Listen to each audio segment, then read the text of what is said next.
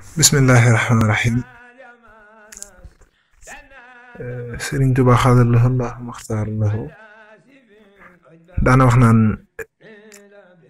li ma leen di defal duma ko def ci werd duma ko def ci julli ci sama xasida yi laa koy def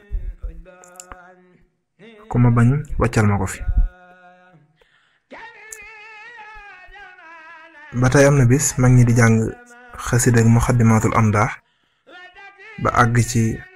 bayitu yabasunti daahi jumlatan xaadaha nabi minan nafi wa huwa al bahru zul jalbi wa nafi.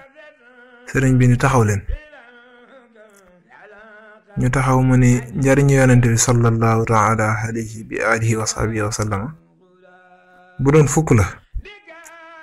benn bala suñ borom jël jox ko yahudi ak nasraan yi ñu bew ba di ko pasar pasare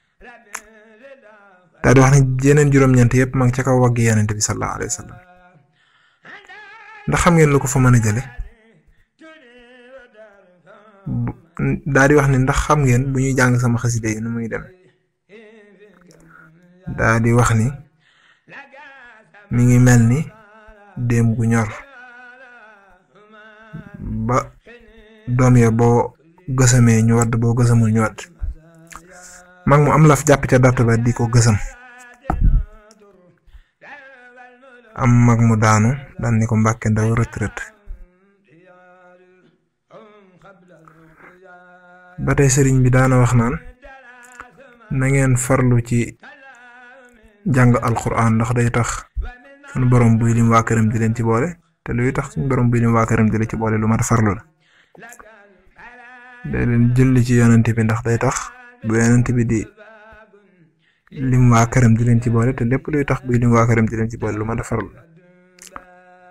ni dee leen jàng xasida maa ngi leen koy dénk ndax day tax bu may lim sama waa kër di leen ci boole te lépp luy tax bu may lim sama waa kër di leen ci boole lu mat a farlu la. ba tey daana wax naan julli santaane buur la te def ko dana tax a jubóog buur. ba tey itam sëriñ bi daana wax naan bànneex jarul gàcca tayel jarul ñàkk adduna jarul alaxira